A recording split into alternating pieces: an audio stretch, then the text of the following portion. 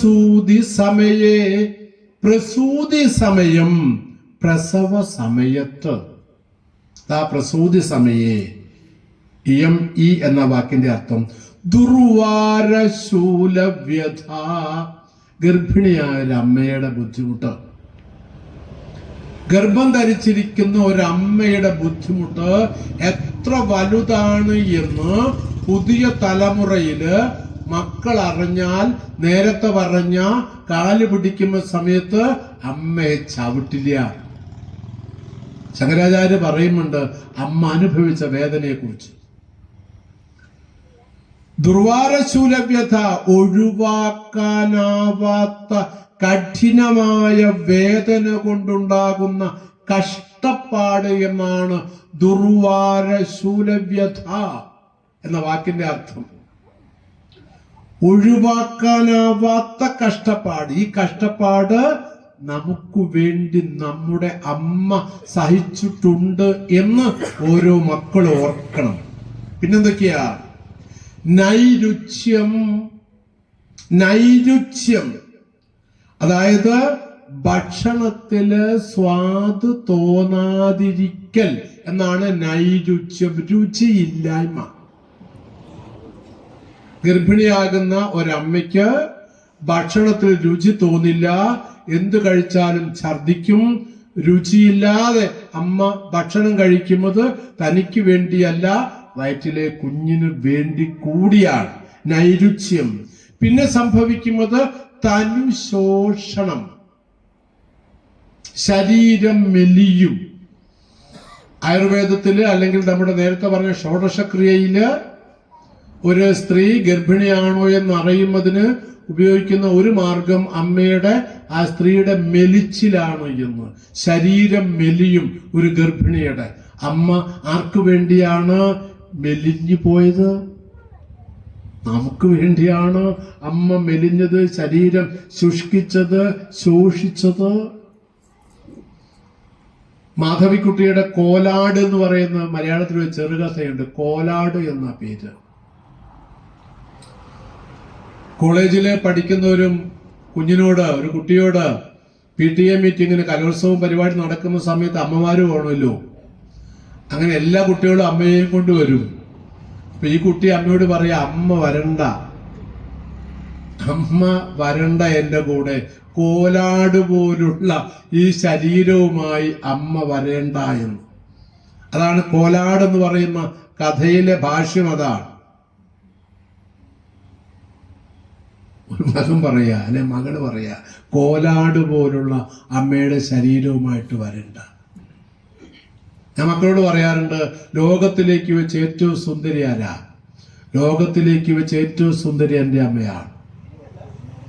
ലോകത്തിലേക്ക് വെച്ച് ഏറ്റവും സുന്ദരി എൻ്റെ അമ്മയാണെന്ന് ഓരോ കുഞ്ഞിനും തോന്നുന്ന മാത്രയില് അമ്മയെ വെറുക്കാനോ അമ്മയെ വിട്ടു പോകാനോ ഒരു കുഞ്ഞിന് സാധിക്കില്ല. ഉറപ്പാണ്. അല്ലാത്തവരുണ്ട്. ഒരമ്മ ഒരിക്കല് ഇതേപോലെ ഒരു ക്ഷേത്രത്തിൽ പോയപ്പോൾ ഉച്ച സമയത്ത് ഞങ്ങളിങ്ങനെ ഭക്ഷണം, എല്ലാവരും ഇങ്ങനെ വലിയ നിന്ന് ഭക്ഷണം വാങ്ങുന്നു പാത്രത്തില്. അപ്പോൾ സംഘാടകർ പറഞ്ഞു, വേണ്ട, നമുക്ക് ഇവിടെ ഇരിക്കാം, ഒരു മേശയും 4 കസേരയും ഉണ്ട്. ഞാനവിടെ ഇരുന്നു, സെക്രട്ടറിയും പ്രസിഡന്റും അവിടെ ഇരുന്നു, ഒരു കസേര ബാക്കിയുണ്ട്. എല്ലാവരും ക്യൂ നിൽക്കുന്നു. തൊട്ടടുത്ത മരത്തോട് ചാരി ഒരു അമ്മ നിൽക്കുന്നു. പ്രായം ഏറെയൊന്നുമില്ല, ശരീരം വളരെ ക്ഷീണിച്ചിട്ടുണ്ട്. ഒരു സാരി ഇങ്ങനെ ചുറ്റി, സാരി ഉടുത്തു എന്ന് പറയാൻ പറ്റില്ല, സാരി ചുറ്റിയിട്ടുണ്ട്. അമ്മയുടെ വയറൊക്കെ ഇങ്ങനെ ചുക്കിച്ചുളിഞ്ഞ വയറാണ് അമ്മയ്ക്കുള്ളത്. അമ്മ ഇങ്ങനെ എന്തോ ആലോചിച്ചിരിക്കുന്നു. ഞാൻ അമ്മയോട് പറഞ്ഞു, അമ്മേ ഇവിടെ ഇരുന്നോളൂ, വെറുതെ ക്യൂ നിൽക്കണ്ട, നമുക്ക് ഒരു കസേര ഇവിടെ ബാക്കിയില്ലേ, നമുക്ക് ഇവിടെ ഇരുന്ന് ഭക്ഷണം കഴിക്കാം. അമ്മ ഒരു പൊട്ടിക്കരച്ചില്ല ആ സമയത്ത്. ഞാൻ വിചാരിച്ചു, ഈശ്വര, എന്തെങ്കിലും അബദ്ധം പറഞ്ഞു പോയി എന്നോട്. സെക്രട്ടറി പ്രസിഡന്റൊക്കെ നോക്കുമ്പോൾ അമ്മക്കറിയാം. ഞാൻ മെല്ലെ അടുത്തേക്ക് പോയിട്ട് അമ്മയെ തൊട്ട് നമുക്കിവിടെ ഇരിക്കാം, അമ്മേ, എന്തിനാ കരയുന്നത്? അപ്പം അമ്മ പറഞ്ഞൊരു മറുപടി ഉണ്ട്. എനിക്കൊരു മോനുണ്ട്, ഒരു മകനുണ്ട്, സർക്കാർ ഉദ്യോഗമുണ്ട്. അവൻ എന്നെ അമ്മേന്ന് വിളിച്ചിട്ട് 5 വർഷമായി. അവൻ എന്നെ അമ്മേന്ന് വിളിച്ചിട്ട് 5 വർഷമായി. നിങ്ങളെ ഞാൻ ആദ്യമായിട്ട് കാണുകയാണ്. നിങ്ങൾ എന്നെ അമ്മേ ഇവിടെ ഇരുന്നോളൂ എന്ന് പറഞ്ഞപ്പോൾ ഉണ്ടായ ചിന്ത കൊണ്ട് കരഞ്ഞു പോയതാണ്. അമ്മ അവിടെ ഇരുന്ന് ഭക്ഷണം കഴിച്ചു. ഞാൻ ആ സെക്രട്ടറിയോടും പ്രസിഡന്റിനോടും പറഞ്ഞു, നല്ലൊരു ക്ഷേത്രമാണ്, സാമ്പത്തിക ശേഷിയുള്ള ഒരു ക്ഷേത്രമാണ്, ഇവർ ശ്രദ്ധിക്കണം, നന്നായി ശ്രദ്ധിക്കണം. വലിയ സാമ്പത്തിക ചെലവൊന്നും വരില്ല, രോഗം വരും ആശുപത്രി കാണിക്കാൻ വേണ്ടത് കൊടുക്കുക. അവർ സമ്മതിച്ചു. ഞാൻ 2 മാസം മുമ്പേ ആ ക്ഷേത്ര കമ്മിറ്റിക്കാരെ വിളിച്ചപ്പോൾ അമ്മയ്ക്ക് കുഴപ്പമൊന്നുമില്ല, അമ്മ ഹാപ്പിയാണ് എന്ന് പറഞ്ഞു. ഞാൻ പറയുന്നത് അങ്ങനത്തെ മക്കളുണ്ട്. 5 വർഷമായി അമ്മേന്ന് വിളിക്കാത്ത മകനെ കുറിച്ച് ആലോചിച്ച് നോക്കൂ. അവൻ എവിടെ എത്തും? അവന്റെ മക്കള് അവരിൽ നിന്നും ഈ അച്ഛന് കിട്ടുന്ന പ്രതികരണം ഇതായിരിക്കും. താൻ എനിക്ക് എൻ്റെ അമ്മയോടും അച്ഛനോടും ഞാൻ കാണിക്കുന്ന വികാരം എന്തോ അതേ വികാരമാണ് എൻ്റെ അച്ഛനോ എൻ്റെ മക്കൾ എന്നോട് കാണിക്കുന്നത്. സംശയം വേണ്ട.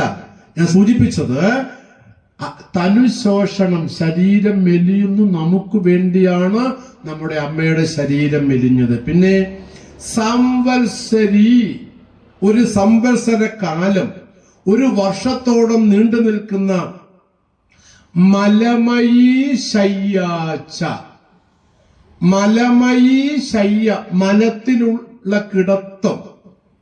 കിടത്തവും ച എന്ന് പറഞ്ഞാൽ 1 വർഷക്കാലം നമ്മുടെ അമ്മ കിടന്നത് നമ്മുടെ മലത്തിലാണ് എന്ന് പറഞ്ഞ അർത്ഥം, കുഞ്ഞുനാളിൽ നമ്മളിങ്ങനെ കിടക്കുന്ന സമയത്ത് നമ്മുടെ മലം ആ പായയിൽ, ആ കിടക്കയിൽ, ആ തുണികളിലൊക്കെ ഉണ്ട്. അതിലാണ് എൻ്റെ അമ്മ കിടന്നത്. അത് ആ മലത്തിൽ കിടന്നുകൊണ്ടാണ് എന്നെ ചേർത്ത് പിടിച്ചത്. ഈ അമ്മ പ്രായമാകുമ്പോ ഒരു മകന്, ഒരു മകൾക്ക് അമ്മയുടെ കൂടെ കിടക്കാനോ അമ്മയുടെ കൂടെ നടക്കാനോ സാധിക്കുമോ? ഇക്കാലത്ത് സാധിക്കില്ല. നിങ്ങൾ ആരെങ്കിലും കൊയിലാണ്ടിയിൽ, എൻ്റെ സ്വദേശം കൊയിലാണ്ടിയിലാണ്, കൊയിലാണ്ടിയിലെ സാംസ്കാരിക നിലയം എന്ന് പറയുന്ന വലിയൊരു കെട്ടിടമുണ്ട്, പ്രസ് ക്ലബൊക്കെ അവിടെയാണ്. ഒരിക്കൽ അവിടെ തൊട്ടടുത്തൊരു മെഡിക്കൽ ഷോപ്പുണ്ട്. ഞാൻ അവിടെ നിൽക്കുന്ന സമയത്ത് ഒരു മകള്, ഒരു 10-25 വയസ്സുണ്ടാവും. ആ 25 വയസ്സുള്ള ഒരു മകള് ഒരു പ്രായം ചെന്ന ഒരു അച്ഛൻ്റെ കൈപിടിച്ച് റോഡ് ക്രോസ് ചെയ്യാം.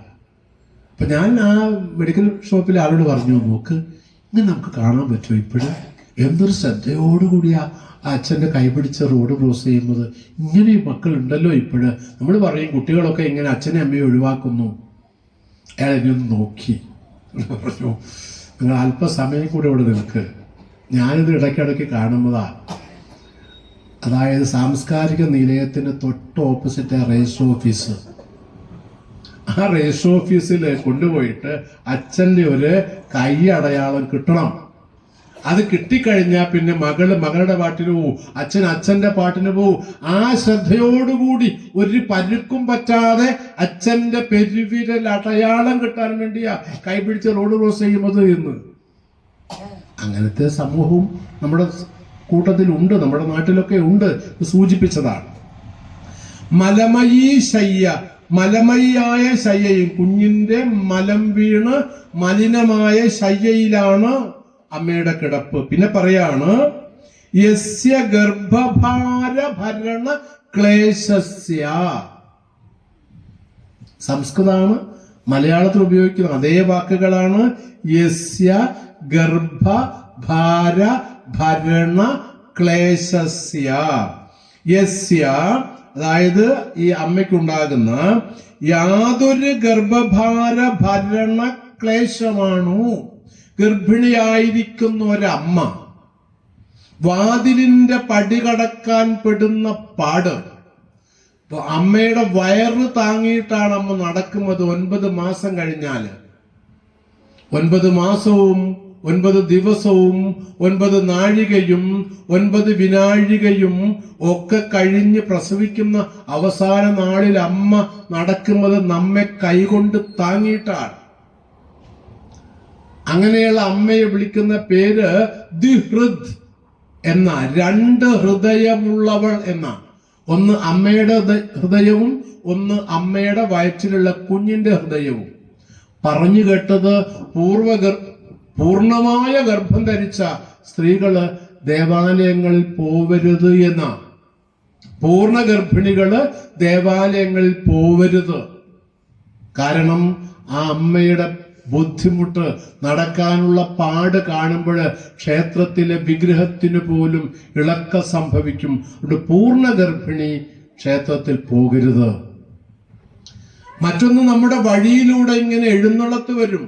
വിഗ്രഹം ആനപ്പുറത്ത് വെച്ചിട്ട് ആന നടന്നു വരുന്ന സമയത്ത് ഒരു പൂർണ്ണ ഗർഭിണി നടന്നു പോവുകയാണെങ്കിൽ ആ വിഗ്രഹത്തോടു കൂടിയ ആന മാറിപ്പോകണമെന്നല്ലാതെ അമ്മ മാറിപ്പോവേണ്ടതില്ല.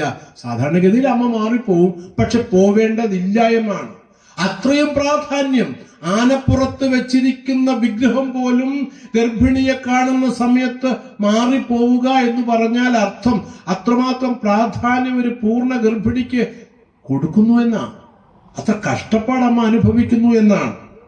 ഇതിൽ പറയാണ്, ആ ഒരു ക്ലേശം ഉണ്ടല്ലോ, തസ്യ ഏകസ്യ അപി നിഷ്കൃതം ധാതുവെന്നാണ്. അതിൻ്റെ ഒന്നിൻ്റെ പോലും കടം വീട്ടാൻ നമുക്ക് സാധിക്കുകയില്ല. അമ്മ അനുഭവിച്ച ഈ കഷ്ടപ്പാടും വേദനകളും ഒക്കെ ഉണ്ടല്ലോ, അതിൻ്റെ ഒന്നിൻ്റെ പോലും കടം വീട്ടാൻ സാധിക്കില്ല. അമ്മയോടുള്ള കടം വീട്ടാൻ ഒരു മക്കൾക്കും ഒരു കോടീശ്വരനും സാധിക്കില്ല.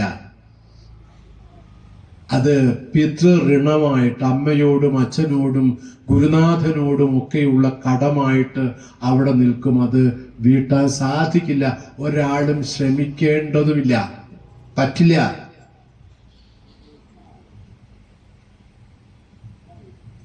നിർമ്മലാനന്ദഗിരി സ്വാമികൾ കേട്ടിരിക്കും എല്ലാവരും. ക്യാൻസർ പോലുള്ള രോഗത്തിന് നല്ല ചികിത്സ കൊടുത്ത പാലക്കാട് ആശ്രമത്തിലെ നിർമ്മലാനന്ദഗിരി സ്വാമി, അദ്ദേഹത്തിന്റെ ശബ്ദം ഘോരമാണ്. അദ്ദേഹത്തിനടുത്ത് ചികിത്സയ്ക്ക് പോകുന്ന ആളുകൾക്ക് ആദ്യമായിട്ട് അക്ഷര കഷായമുണ്ട്. ആദ്യം അതാ കൊടുക്കുക, അക്ഷര കഷായം. ഒരു കഷായമല്ല, മുമ്പിലിരുത്തും. എന്നിട്ട് സ്വാമിജിയുടെ ഒരു 20 മിനിറ്റ് ക്ലാസ്സാണ്. എങ്ങനെ രോഗം വന്നു, അവസാനം പറയും, ഞാൻ തരുന്ന മരുന്ന് ചിട്ടപ്രകാരം കഴിക്കുമെന്നുറപ്പുണ്ടെങ്കിൽ മാത്രം മരുന്ന് വാങ്ങലിന് പോയിക്കൊള്ളൂ, എന്റെ മുമ്പിൽ നിൽക്കണ്ട, എനിക്ക് ചികിത്സിക്കാൻ പറ്റില്ല. എന്നിട്ട് അദ്ദേഹം പറയുന്നൊരു വാക്കുണ്ട്, എന്തെങ്കിലും ജോലി കിട്ടി ശമ്പളം കിട്ടിയാൽ അത് പകുതി അച്ഛന് കൊടുത്തേക്കണം, പകുതി അച്ഛന് കൊടുത്തേക്കണം, അമ്മയ്ക്കൊന്നും കൊടുക്കണ്ടെന്ന്. അപ്പൊ നമുക്ക് സന്തോഷമാവും, അമ്മയ്ക്കൊന്നും കൊടുക്കണ്ട, ബാക്കി നമുക്ക് എടുക്കാം. ശേഷം സ്വാമിജി പറയും, അമ്മയ്ക്കൊന്നു കൊടുത്തിട്ടും നിങ്ങൾക്ക് അമ്മയുടെ കടം വീട്ടാൻ സാധിക്കില്ല. സർവസമർപ്പണം ചെയ്യൂ അമ്മയ്ക്ക്, പണമല്ല, സർവസമർപ്പണം ചെയ്യൂ അമ്മയ്ക്ക്. എന്ത് കൊടുത്താലും അമ്മയോടുള്ള കടം വീട്ടാൻ പറ്റില്ല. സ്വാമിജി എല്ലായ്പ്പോഴും എല്ലാ പ്രഭാഷണത്തിലും പറയുന്നൊരു കാര്യമാണ് അമ്മയെക്കുറിച്ചുള്ള വാക്ക്. നിർമ്മലാനന്ദഗിരി സ്വാമികള്, അതായത് തസ്യ ഏകസ്യ അപി, അതിലൊന്നിന്റെ പോലും നിഷ്കൃതിം ധാതും,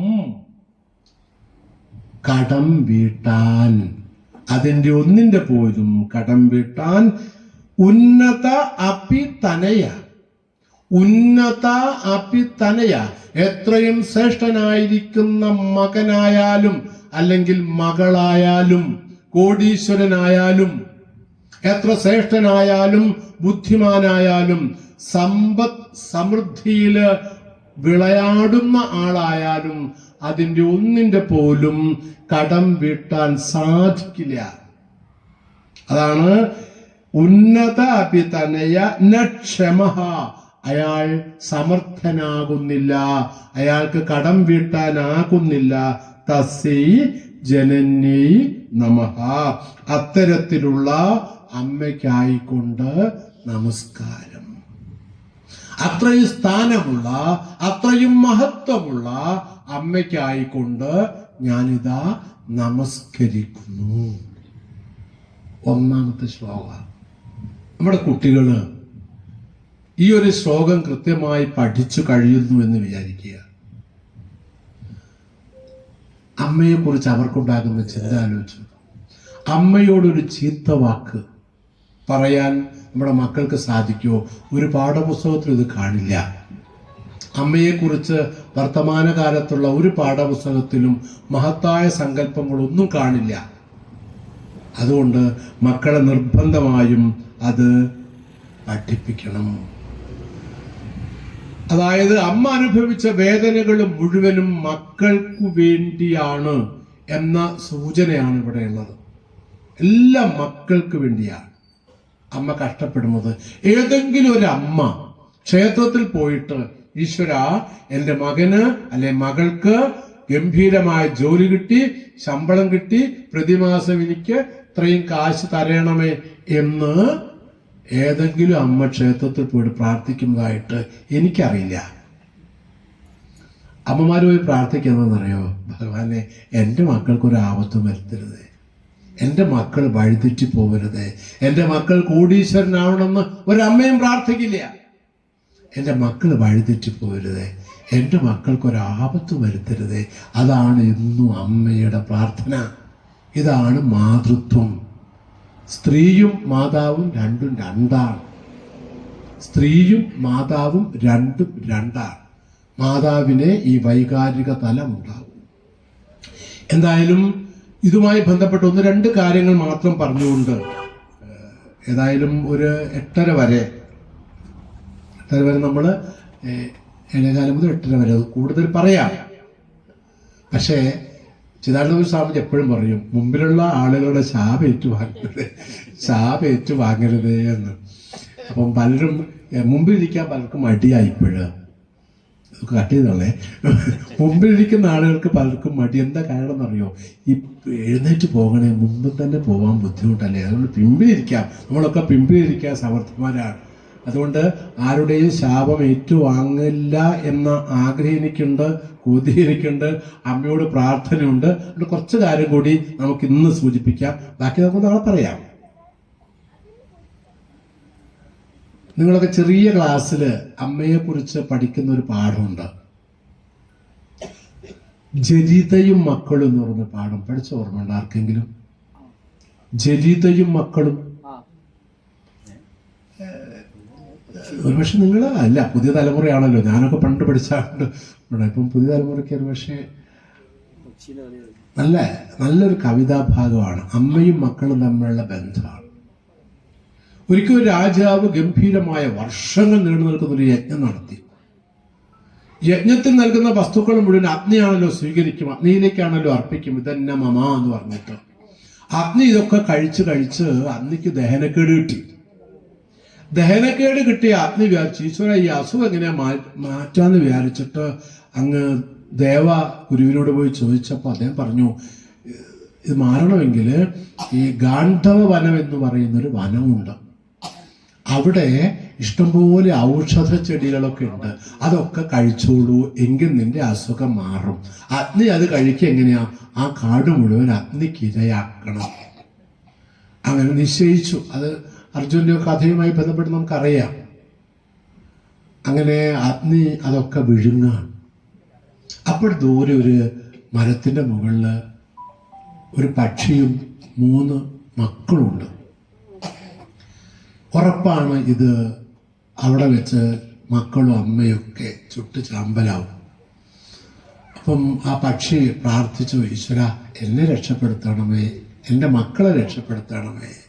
എൻ്റെ മക്കള് എങ്ങനെയാണ് തലമുറ ഉണ്ടാക്കുക അവർ മരിച്ചു പോയി കഴിഞ്ഞാൽ എന്നൊക്കെ പ്രാർത്ഥിച്ചു. പക്ഷെ ആ ദേവൻ കേട്ടു എന്നാ പോയി പറഞ്ഞ കഥയൊക്കെ നമുക്ക് അവിടെ പുസ്തകത്തിൽ വായിക്കാം.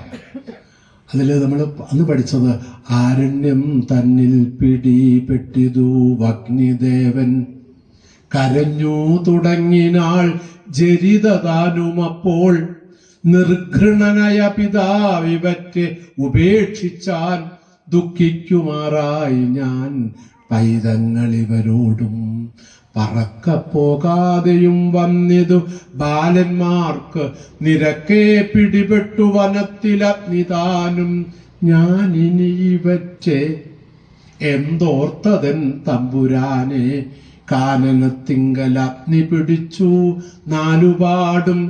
ഇങ്ങനെ കരയുമ്പോൾ പൈതങ്ങളുര ചെയ്താൽ എങ്ങാനും പൊയ്ക്കൊൾകമ്മേ നീ കൂടെ മരിക്കേണ്ട.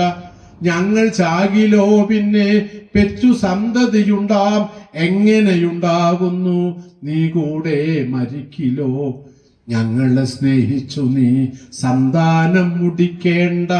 മംഗളം വന്നുകൂടും പിന്നെയുമെന്നായി വരൂ എന്ന് മക്കള് പറഞ്ഞു കൊടുക്കുക. നിങ്ങൾ എവിടെയെങ്കിലും രക്ഷപ്പെട്ടോളൂ, ഞങ്ങൾ ചെറിയ കുഞ്ഞുങ്ങളല്ലേ. പറക്കാൻ ചിറകില്ല, നടക്കാനില്ല കാലും, ഇറച്ചി കണ്ടാലെലി പിടിച്ചു തിന്നുമല്ലോ. അമ്മ പറയാ, ഒരു കാര്യം ചെയ്യേ, താഴെ മരത്തിന്റെ താഴെ നീ ചെറിയ മാളങ്ങൾ കണ്ടില്ലേ, അവിടെ പോയി ഒളിച്ചോളൂ. അഗ്നി എല്ലാം ശമിച്ചതിന് ശേഷം നിനക്ക് തിരിച്ചു വരാം. മണ്ണുകൊണ്ട് മൂടി വെക്കാൻ ഞാൻ, അഗ്നി ശമിച്ചതിന് ശേഷം വന്ന് ഞാൻ മണ്ണ് മാറ്റാം, നിങ്ങൾക്ക് രക്ഷപ്പെടാം. മക്കൾ പറയുന്നുണ്ട്, പറക്കാൻ ചിറകില്ല, നടക്കാനില്ല കാലും, ഇറച്ചി കണ്ടാൽ എലി പിടിച്ചു തിന്നുമല്ലോ. ഞങ്ങൾ കാണാറുണ്ട് പകലൊക്കെ എലി അങ്ങോട്ടും ഇങ്ങോട്ടും മളയിലേക്ക് വായുന്നത്. ഞങ്ങളെ കണ്ടാല് എലി തിന്നു കളയും. ജന്തുക്കൾ ഭക്ഷിച്ചിട്ട് മരിക്കുന്നതിൽ ഭേദം വെന്തു ചാകുന്നതത്രേ ഗതിയെന്നറിഞ്ഞാലും എന്ന് പറഞ്ഞു കൊടുക്കുന്നുണ്ട്. അങ്ങനെ അമ്മ പറക്കുന്നൊരു കാഴ്ചയുണ്ട്. അന്ന് 4ാം ക്ലാസ്സിലാണെന്ന് തോന്നുന്നത് പഠിച്ചത്. 4ാം ക്ലാസ്സിൽ അധ്യാപകരുടെ പഠിപ്പിക്കുന്ന സമയത്ത് ഈ കവിത ഞങ്ങളെ കൊണ്ട് ചൊല്ലിക്കും. ആ പാഠങ്ങളൊക്കെ ഞങ്ങളെ മനപ്പാഠമാക്കും. പദ്യങ്ങൾ മാത്രമല്ല, ഗദ്യവും മനപ്പാഠമാക്കും. അതുകൊണ്ട് പണ്ട് പഠിച്ച ഈ മൈന എന്ന് പറഞ്ഞ പാഠമൊക്കെ ഇല്ലേ, ഓർമ്മയില്ലേ, അതൊക്കെ മറന്നുമില്ല. അത് ചൊല്ലി ചൊല്ലി ചൊല്ലി ചൊല്ലി അത് മനപ്പാഠമാക്കിയിട്ടേ അധ്യാപകൻ ക്ലാസ് തീർക്കൂ. എല്ലാ വിഷയവും തന്നെയൊരു 4ാം ക്ലാസ് 2-3 വിഷയമേ ഉള്ളൂ. സുഖാണ്. അപ്പോഴ് ഇതിങ്ങനെ ചൊല്ലി ചൊല്ലി ചൊല്ലി അത് പഠിക്കുമ്പോൾ അവസാനം അമ്മയുടെ ഒരു പോക്കുണ്ട്, പറന്നു പോവാണ്. പറക്കയും തിരിഞ്ഞു നോക്കുകയും നമ്മുടെ കർമ്മമെന്ന് ചിന്തിച്ചു പോയാനവൾ. മക്കളെ ഉപേക്ഷിച്ചിട്ട് അമ്മ പറന്നു പോകുമ്പോൾ അമ്മ തിരിഞ്ഞു നോക്കും, മക്കളെ വീണ്ടും പറക്കും, വീണ്ടും തിരിഞ്ഞു നോക്കും. ആ ഒരു പറക്കലുണ്ടല്ലോ, മറക്കില്ല. ആ പാഠം പഠിച്ച ഒരാൾക്കും ഇത് മറന്നു പോവില്ല. കാരണം അമ്മ മക്കളെ തിരിഞ്ഞു നോക്കുന്ന ആ നോട്ടമുണ്ടല്ലോ. ഇതിന് സമാനമായിട്ട് ഒരു വർത്തമാനകാലത്തെ ഒരു കഥ കൂടി സൂചിപ്പിക്കാം. അമ്മ പ്രായമായി, മക്കൾക്കൊക്കെ വലിയ ജോലിയുണ്ട്. അമ്മയെ വൃദ്ധസദനത്തിലാക്കണം. അമ്മയോട് കാര്യമൊന്നും പറഞ്ഞില്ല. അമ്മയെ കാറിൽ കയറ്റി മകനും മകൻ്റെ ഭാര്യയും വൃദ്ധസദനത്തിലേക്ക് എത്തിക്കുകയാണ്. അവിടെ കൊണ്ടുപോയി അമ്മയെ അവിടെ ഒപ്പിട്ട് ചേർക്കാണ്. 1 വർഷത്തെ ഫീസ് അടച്ച് അവിടെ ചേർത്ത് മകനും മകൻ്റെ ഭാര്യയും കൂടി ഇറങ്ങുമ്പോൾ അമ്മ വൃദ്ധസദനത്തിൻ്റെ ജനലുകൾ പിടിച്ച് നോക്കുന്നൊരു രംഗമുണ്ട്. കരഞ്ഞില്ല അമ്മ. അമ്മ ചിന്തിക്കുന്നത്, പണ്ട് വർഷങ്ങൾക്ക് മുമ്പ് ഇവനെ സ്കൂളിൽ ചേർക്കാനും വേണ്ടി ഞാൻ വന്നു. അവിടെ ഫീസ് അടച്ച് ഒപ്പിട്ട് ചേർത്ത് ഞാൻ ഇറങ്ങി നടക്കുമ്പോൾ അവൻ ക്ലാസ് മുറിയിൽ ഉറക്കെ കരയുന്ന ഒച്ച ഞാൻ കേട്ടു. ആദ്യമായിട്ട് സ്കൂളിൽ പോവാ. എനിക്ക് ഒരു കാലടി മുന്നോട്ട് നീങ്ങിയില്ല. ഞാൻ തിരിച്ചു പോയിട്ട് അധ്യാപകനോട് പറഞ്ഞു, ഇന്ന് ഞാനിവനെ കൊണ്ടുപോവാ, നാളെ വരാം. ഇന്ന് ഞാനിവനെ കൂട്ടും, ഇവനെ കരച്ചിൽ കണ്ടു പോകാൻ പറ്റില്ല. അങ്ങനെ ഞാനിവനെ കൂട്ടി തിരിച്ച് വീട്ടിലേക്ക് പോയി. പല ദിവസങ്ങളും ഇങ്ങനെ സംഭവിച്ചിട്ടുണ്ട്. അമ്മ ജനലിലൂടെ നോക്കിയിട്ട് ആ മകൻ കാറിലേക്ക് കയറുന്നവരെ നോക്കിയിട്ട് ചിന്തിക്കുക, അന്ന് ഞാൻ തിരിച്ചു വന്നതുപോലെ എൻ്റെ മകൻ തിരിച്ചു വന്ന് ഈശ്വര എന്നെ കൂട്ടിക്കൊണ്ടുപോകുമോ, എന്നെ തിരിച്ചു കൊണ്ടുപോകുമോ എന്ന് കൊതിയോടെ നോക്കാനല്ലാതെ കാറിൻ്റെ 2 ഡോറുകളും വലിച്ചടച്ച് അവർ അവരുടെ പാട്ടിന് ഓടിച്ചു പോയപ്പോൾ അമ്മ കരഞ്ഞിട്ടില്ല. കാരണം മക്കൾക്ക് വേണ്ടി അമ്മ എന്തിന് ഇനി കരയണം എന്ന് ചിന്തിച്ചിട്ടാണ്. സൂചിപ്പിച്ചത് വർത്തമാനകാല യാഥാർത്ഥ്യത്തെ നമ്മൾ തിരിച്ചറിയണം. മക്കളെ ക്രമമനുസരിച്ചാണ് നാം വളർത്തുന്നത് എങ്കിൽ നമ്മെ വിട്ടുപോവാൻ അവർക്കാവില്ല. പുതിയ മനഃശാസ്ത്രം പറയുന്നത് മക്കളെ തല്ലരുത് എന്നാണ്. എനിക്ക് തോന്നുന്നു എൻ്റെ മുമ്പിലിരിക്കുന്ന ആളുകളിൽ 90% ആളുകൾക്കും അമ്മയോടും അച്ഛനോടും അധ്യാപകരോടും തല്ല് കൊണ്ടവർ തന്നെയാണ്. അതിൻ്റെ ഓർമ്മ ഇപ്പോഴും മനസ്സിലുണ്ട്. അധ്യാപകൻ തല്ലി വിവരം വീട്ടിലറിഞ്ഞാൽ വീട്ടുകാരോട് വേറെ തല്ലേൽക്കും. നല്ല അധ്യാപകൻ എന്ന് പറയും. ഇന്ന് പറ്റില്ല. ഇന്ന് ക്ലാസ് മുറിയിലേക്ക് പോകുന്ന അധ്യാപകന് ഇന്ത്യയുടെ മാപ്പില് ഏറ്റവും മുകളിലെ കാശ്മീര് തൊട്ടു കാണിക്കാൻ എത്തില്ല എങ്കിൽ ഒരു വടിയുമായി പോയി കാശ്മീരിനെ തൊട്ടു കാണിക്കാൻ അനുവാദമില്ല. ക്ലാസ് മുറിയിലേക്ക് വടി കൊണ്ടുപോകരുത്. കുട്ടികൾ ഭയപ്പെട്ട് അവർക്ക് പഠിക്കാനാവില്ല. മനഃശാസ്ത്രം മാറിയിട്ടൊന്നുമില്ല. പണ്ട് വടിയുമായി 2ഉം 3ഉം വടിയുമായി ക്ലാസ്സിലേക്ക് വരുന്ന അധ്യാപകനെ കുട്ടികൾ സ്വീകരിച്ചിട്ടുണ്ട്, വെറുപ്പ് തോന്നിയിട്ടുണ്ട്. പക്ഷേ സ്കൂൾ വിട്ട് പോയതിനു ശേഷം ബഹുമാനം ഇരട്ടിച്ചിട്ടുണ്ട്. അച്ഛനും അമ്മയും അടിക്കില്ല. ഞാനൊരു അധ്യാപകനാണ്. ചിലപ്പോഴൊക്കെ PTA മീറ്റിങ്ങിന് വരുന്ന രക്ഷിതാക്കൾ പറയാറുണ്ട്, മാഷേ നിങ്ങൾ എത്ര വേണം അടിച്ചോളൂ, ആരും ചോദിക്കാൻ വരില്ല. നന്നാൻ വേണ്ടിയല്ലേ മാഷെ അടിക്കുന്നത് എന്ന് കൊയിലാണ്ടിക്കാരുടെ ഭാഷയെ ചോദിക്കും. ഞാൻ അവരോട് ചോദിക്കും, നിങ്ങൾ അടിക്കാറുണ്ടോ? ഞങ്ങൾ അടിക്കാറില്ല. നിങ്ങളെന്താ അടിക്കാത്തത്? മാഷെ കുട്ടികൾ എന്തേ കാണിച്ച നമുക്ക് പോയില്ലേ, അതുകൊണ്ട് ഞങ്ങൾ അടിക്കാറില്ല, നിങ്ങൾ അടിച്ചോളൂ. മാഷന്മാരടിച്ചിട്ട് അച്ഛനും അമ്മയും അമ്മാവനും രാഷ്ട്രീയക്കാരും മുഴുവൻ വരണം. അധ്യാപകന്റെ പണി പോകണം. അച്ഛനമ്മയെ അടിക്കില്ല. മനഃശാസ്ത്രമാണ് കുട്ടികളെ തല്ലരുത്, കുട്ടികൾക്ക് ഞാൻ ഇന്നലെ ഒരു സ്കൂളിലല്ല ഒരു സ്ഥാപനത്തിൽ പോയി. ഒരു 60ഓളം വിദ്യാർത്ഥികൾ അവിടെ ഉണ്ട്, 60 മക്കള്. ഞാൻ ആദ്യം അവരോട് ചോദിച്ചു, നിങ്ങൾക്ക് ആർക്കെങ്കിലും ഉപദേശം ഇഷ്ടമാണോ? ആർക്കും ഇഷ്ടമല്ല. എല്ലാവരും കൈപൊക്കി, ഇഷ്ടമല്ല. കഥ ഇഷ്ടമാണോ? എല്ലാവരും 2 കൈയും പൊക്കി, കഥ ഇഷ്ടമാണ്.